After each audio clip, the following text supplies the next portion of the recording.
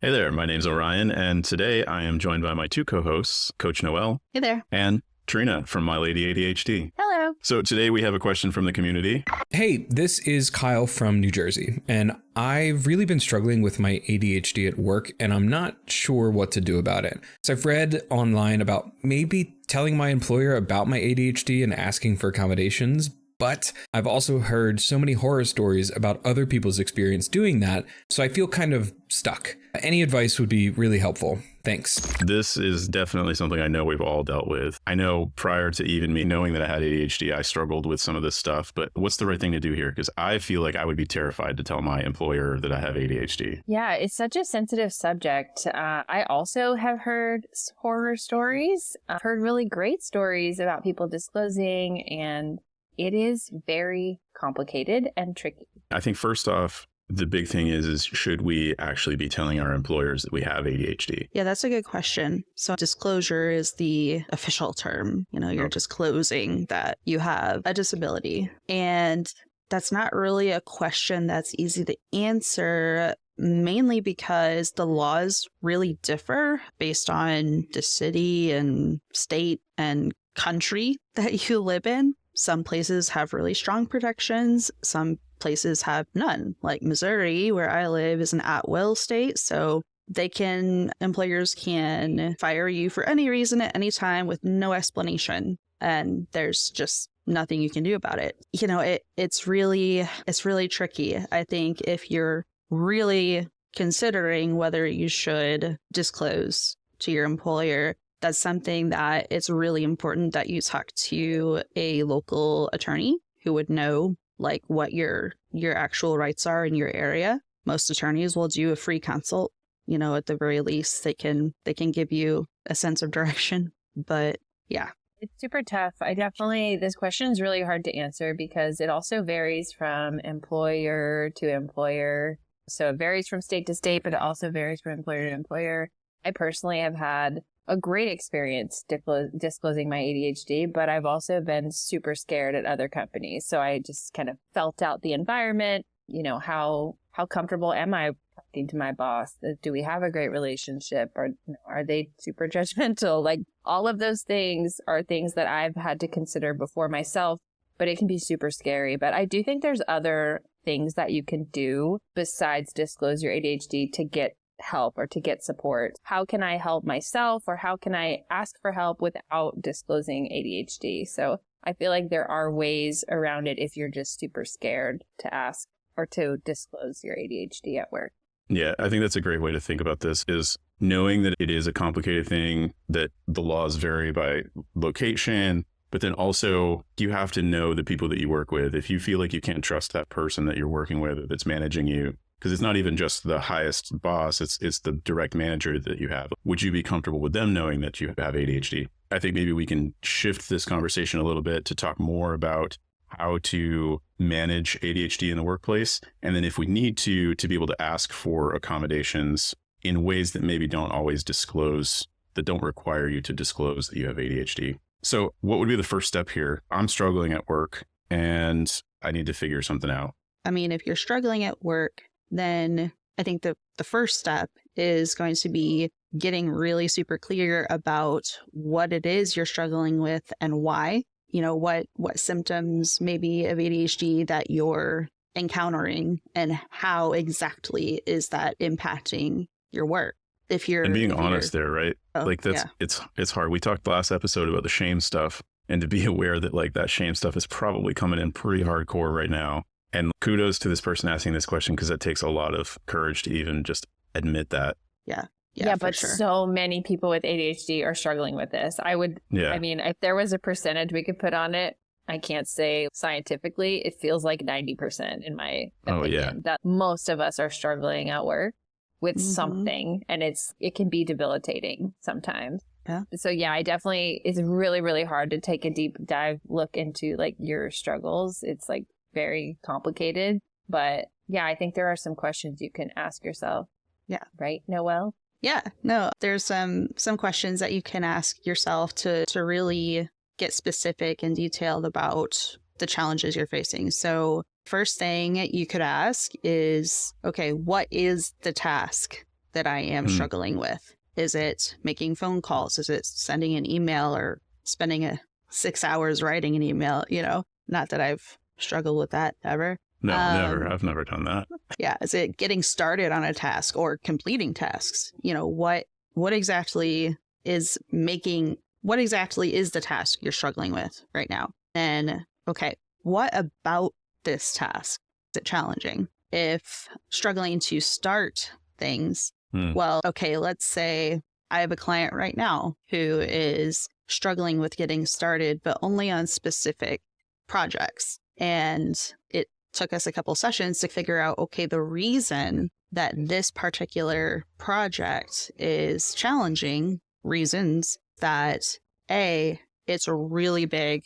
There's so many different steps involved. Even if you've done it several times, because of ADHD working memory issues and prioritization and decision making, that's a lot to kind of hold in your head at the same time while you're actually doing the work. So yeah, getting started was sort of overwhelming. So there's like the emotional piece that kind of gets in the way. And there's all the symptoms that you're sort of experiencing. And so once we identified, okay, yeah, these are specifically the roadblocks with this project, because it's not going to be the same with every project or task, then okay, the next question is there anything that I could add to my space or the process of doing this that would make it easier? So we created a template for that project that included each step broken down and super specific, broke each of those steps into 5 or 10 minute chunks of work,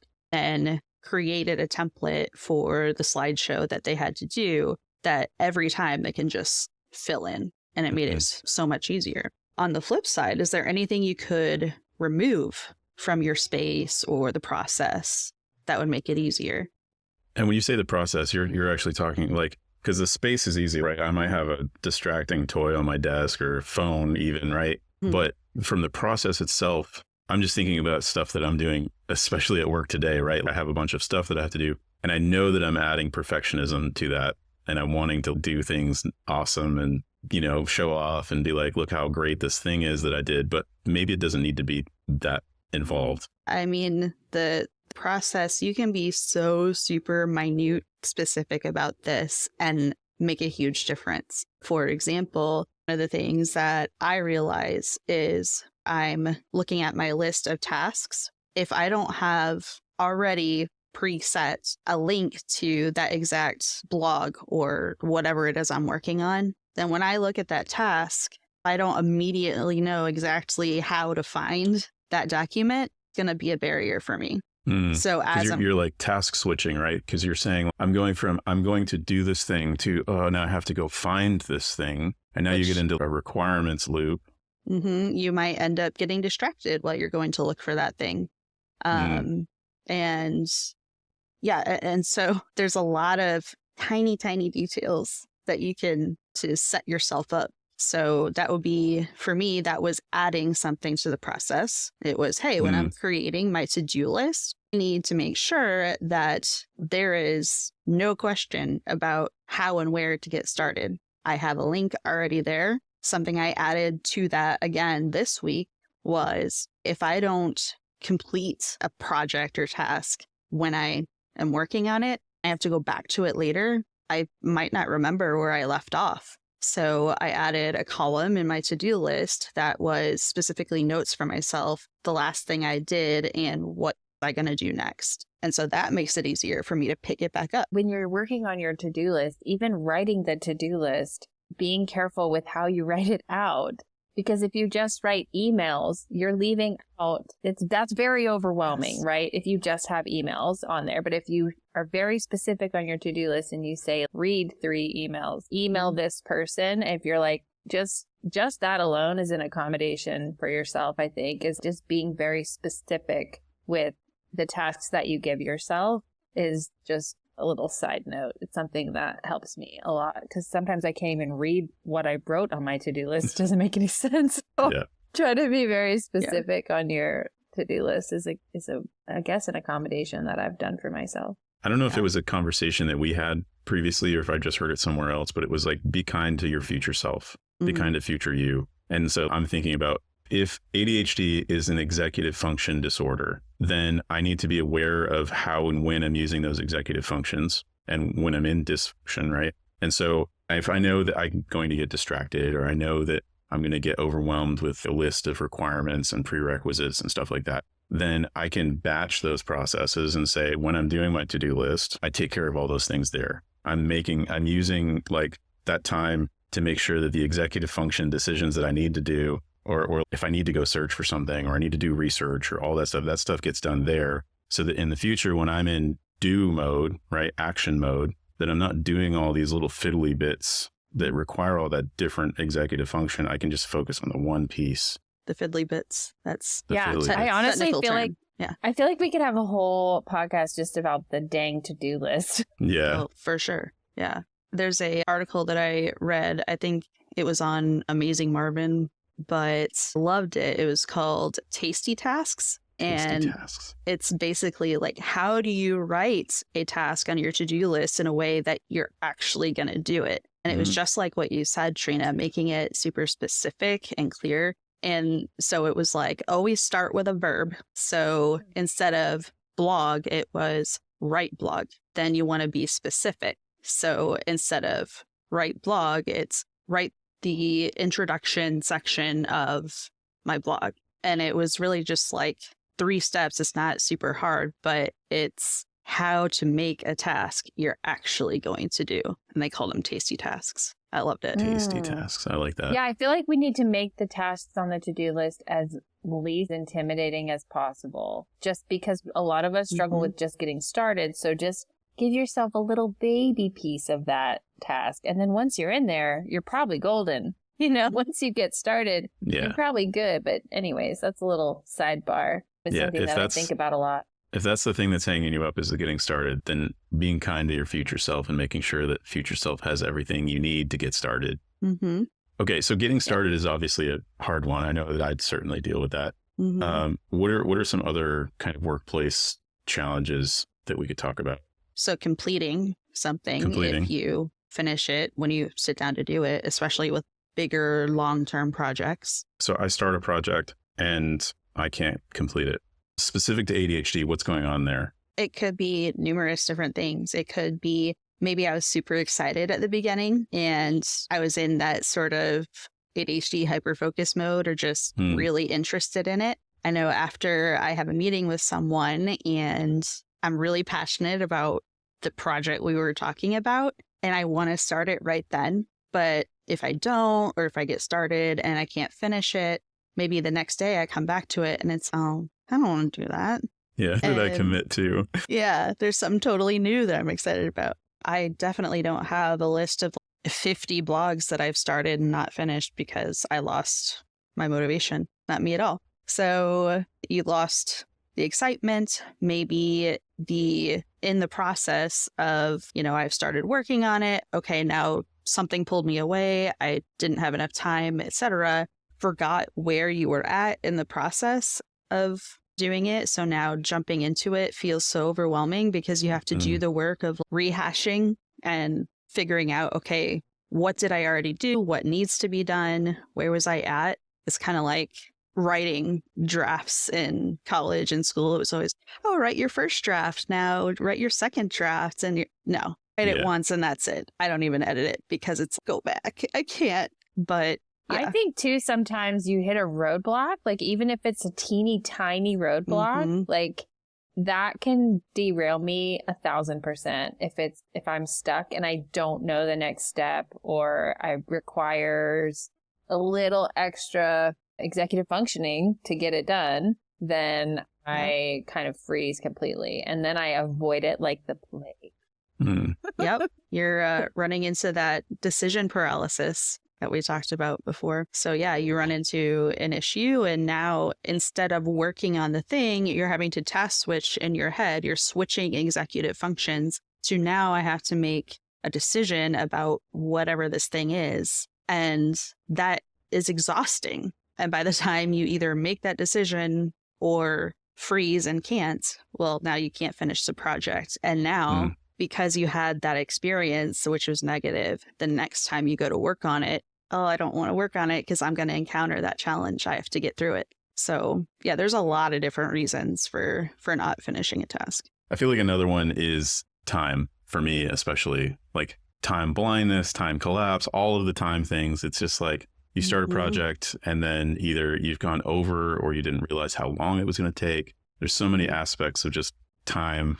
For most people that I start working with, one of the first things that I have them do over the course of 2 or 3 weeks is record how long it takes you to do everything that you can. You know, we might say, okay, let's take 2 or 3 tasks to record for the next 3 weeks. We might say, record everything. There are all kinds of apps and things you can use to do that. But I think time blindness, one of the biggest challenges we have is, of course, estimating how long something is going to take or remembering how long it took. So you're going to approach a task, especially something that's really big, that's potentially going to take a great deal of time. And we often will overestimate, say, oh my gosh, this is going to take forever. When you're thinking this is going to take forever, of course, you're not going to get started on it. And you go back and you actually realize later, oh, that only took me 5 minutes. Like Always. Every time, right?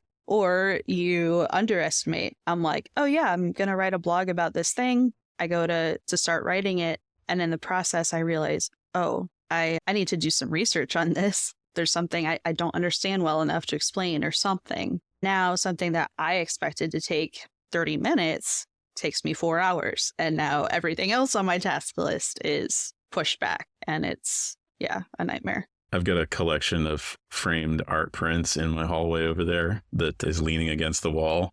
And I know it'll probably take me an hour to do, but I don't want to have to decide the like arrangement of the art wall because I know that it's silly. Okay, so another one that I know that I struggle with is especially in the time realm is stacking estimations. So I'll start a project and I'll say, oh yes, that'll take me this long. And that might be a bad estimation. But then I've got this project that I know is going to take this long. And then I commit to another project and I say, oh yeah, that'll take me this long. And then another project and I'll be like, that'll take me this long. But I'm not accounting for the fact that I now have to do 3 projects and I'm going to either be task switching between them or they all need to be done in a certain arrangement. And so then I bail on all of them because it's just overwhelming. Mm-hmm. Oh my gosh, you guys are speaking my language.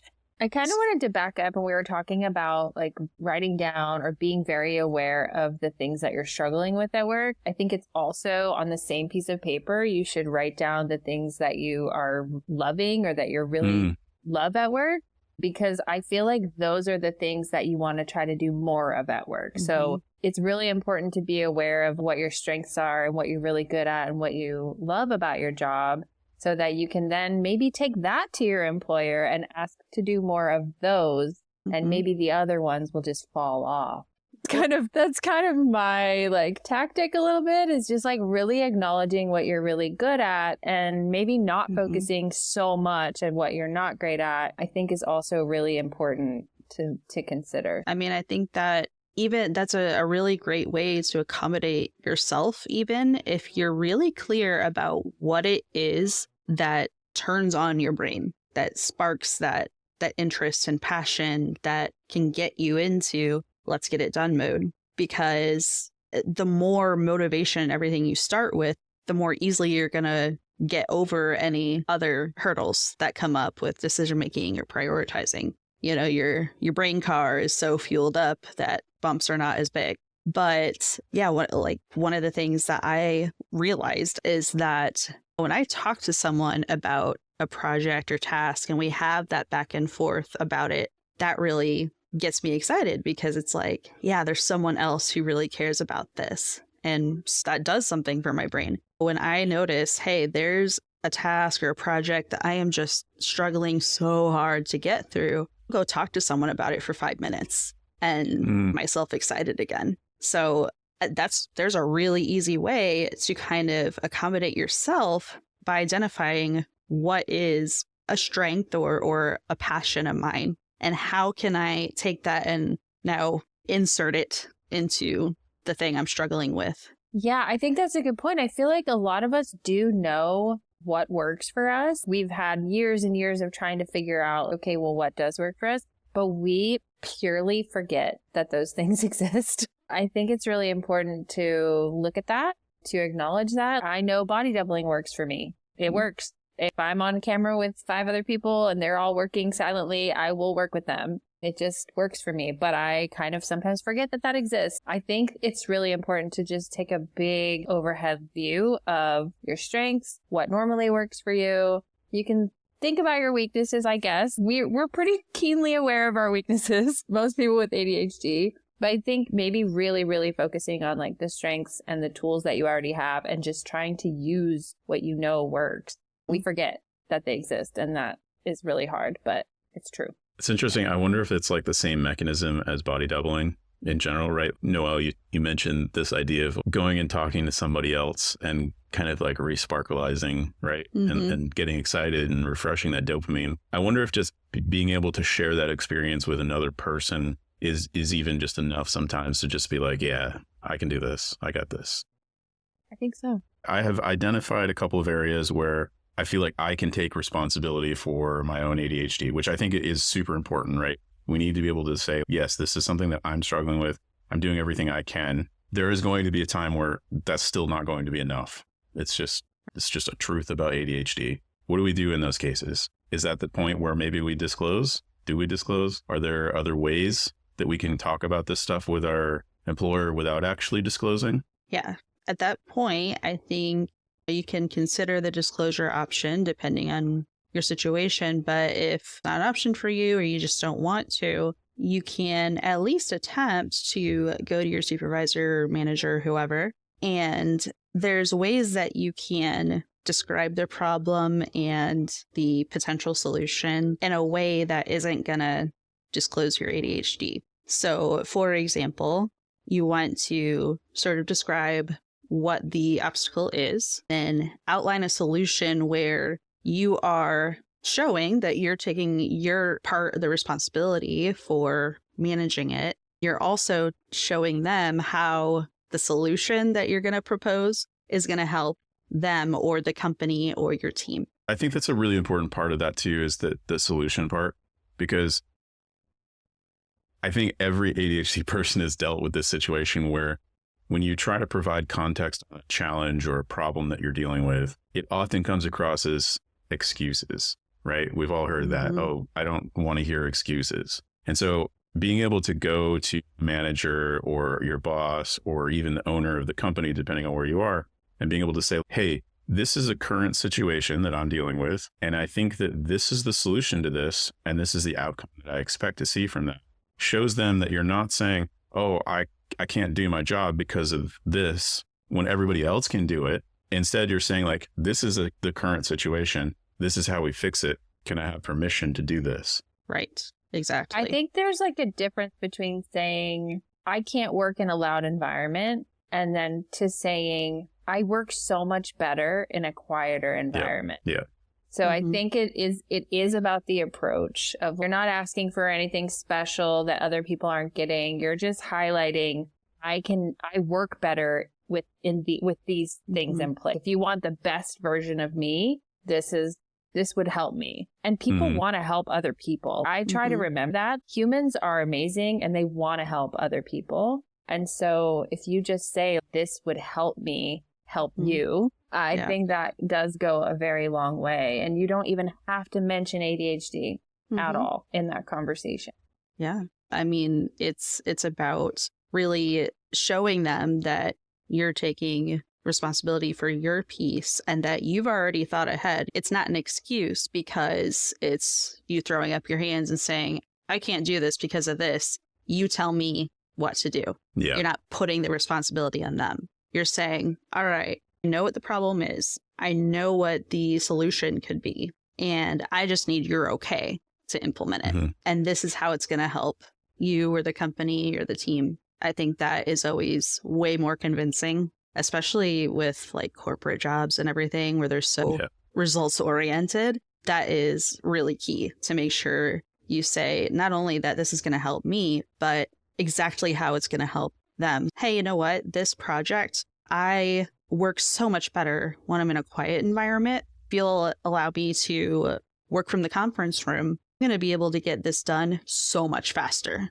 you know? Yep. That's very compelling. I mean, even me, I was like, go, Noelle, go work from the conference room. It's compelling, you know, but again, you have to read the room. You have to know your employer. You have to, you know. You have to know yourself too, which Yeah. is why it's important to do that work ahead of time, right?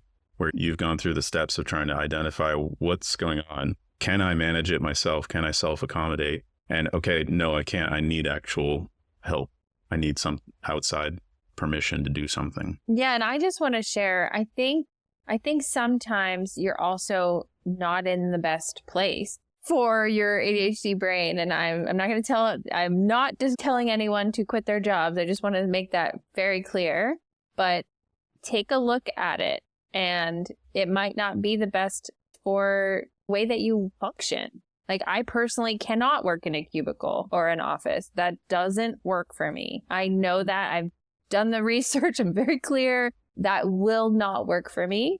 So if I find myself in that environment again, it's probably not going to be a great outcome. So just, you have to know yourself super well in this process, and what you need to be successful is really hard to do. But I think that dive is really, really important. I think just to highlight what you're saying, Trina, is also because it's easy to be like, oh, well, I can't work in a cubicle. I need to work at home. But you need to also understand that, like, sometimes working in the cubicle is the thing that's keeping you on task. And so that might be that positive peer pressure of your coworkers being around you and stuff like that, that is keeping you on task. And that being at home might be more distracting, right? You might have less incentive to keep on task. And so being able to be self-aware enough to say, I flourish under these specific situations, and being able to then cultivate that for yourself, whether it's through self-accommodation or asking your boss. And I do think, like, not saying that you should quit your job, but if you do realize that you're in a position where if you went to your manager and asked for accommodations and you know that they're going to react poorly, or if you were in a situation where you absolutely did need to disclose that you had ADHD and you know that it's going to be a poor situation, or your work environment is negatively influencing your mental health, then I do think that that's a position where maybe it is part of the self-accommodation is to find a workplace that you can flourish in. Yeah. And Again, it's tough because not everybody has that ability. It's true. That is totally... It's a privilege. It is a privilege to leave a job and all of that, but it's something to consider when you're applying for jobs. Specifically, I know that I have applied for jobs that I know I would be pretty miserable in, but I've done it anyways. So just like especially when you're applying for jobs, I think this is really, really important. Yeah. And it's important to, remember that even if you're not one of the people who has the privilege of applying for, the jobs that you're really going to be great at, or the environments, or even if you're not the person who has the privilege of being able to look for another job, if this is where you're at and this is just kind of what you got to deal with, that doesn't mean it's the end. That there are things you can do to accommodate yourself in order to make sure that you're as successful as possible where you're at. I do think it is important to call out that there are organizations out there that are specifically looking for neurodivergent folks. There are organizations out there and companies out there that are specifically looking for that. So if you do find yourself in that situation, they're not saying it's not hard, because it's always going to be hard, but there are options. And I know, Trina, you and I were talking about, there was a company specifically. I don't know if you wanted to touch on that. Yeah. So I do know of a company called Inclusively, and this is a rough overview, but they help you with accommodations like before the interview even starts. So they work with companies who kind of want to work with the neurodivergent folks, and they allow you to go into their portal and select your accommodations before an interview even begins. And so those companies are totally aware of it and happy with it before you even interview. And they have a job board. I know there's several organizations out there like that, because there are companies that see the value in neurodivergent brains and they want to hire people like us. And so there are a couple of resources out there. I know that Shimmer put together, I think, few months back, like a accommodations guide. And at the very bottom of that list are some of those organizations. They're listed in there. So if you're looking for a job and you want to start off on the right foot with everyone knowing that you have ADHD or not, you don't have to disclose that, then there are resources out there. So I don't want people to feel like they're stuck and there aren't options, especially when they're job hunting. Hi, this is Chris, and you're listening to Brainwaves, your guide to all things ADHD, brought to you by Shimmer, the #1 coaching platform for people with ADHD. Workplace accommodations for ADHD don't always require big changes or official disclosures. Sometimes just stacking a few small adjustments that allow you to work better within your current environment can make all the difference. Maybe that's adjusting how you organize tasks or identifying times of day when you're most productive at certain types of tasks. Maybe that's adjusting how you organize tasks or identifying times of day when you're most productive at those certain types of tasks. Once you know that, you can start making tweaks to your work routine. And if you do need to ask for help, that's totally okay. You'll find links to a whole bunch of additional resources and more if you're subscribed to the newsletter or at shimmer.care/brainwaves.